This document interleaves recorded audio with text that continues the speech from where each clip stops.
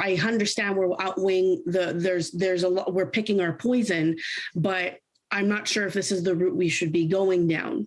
With COVID-19 cases today reaching over 13,000 and many now working from home to limit the spread of the virus, healthcare workers are now being asked to remain on the job even if they tested positive for COVID-19, a decision nurses unions say is dangerous.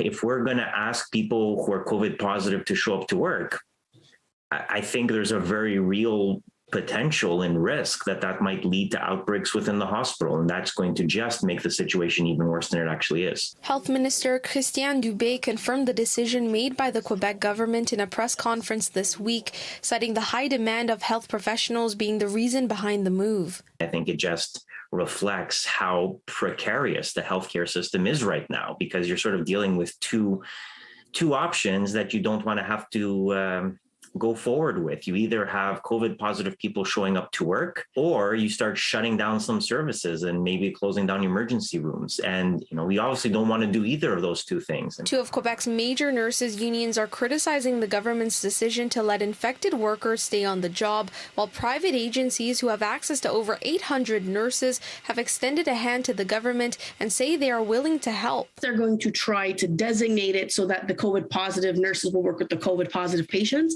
But you can't have that in an ICU because there's other patients in ICU other than COVID positive. If you bring back a COVID positive healthcare worker, maybe the patient has the right to know if they're potentially exposed to COVID. So we have to make sure the risk is very slim to none. We have to make sure protective gear and protocols are in place so that there's no risk for patient and for healthcare workers. I just worry that if the rules are not rigidly enforced within the hospital and people become a little bit complacent about taking off their mask to eat lunch, going to the cafeteria rather than eating alone, there is a not insubstantial risk that you could start infecting other healthcare workers and then infecting patients too.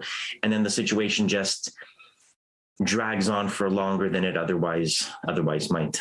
As of right now, there is no clear protocol of how this decision will roll out, leaving many healthcare workers worried. We have to make sure that the safety and also the feeling of safety for the healthcare worker is preserved. So the rules have to be clear. The protocols have to be clear. It cannot be improvised by, any hospital. It has to be really clear and based on facts and provide guidelines to all the hospitals and other establishments. We need to see the science behind it a bit more because this doesn't feel very scientific other than just saying, okay, this is what we're going to do because we're desperate. In Montreal, Felisha Adam, City News.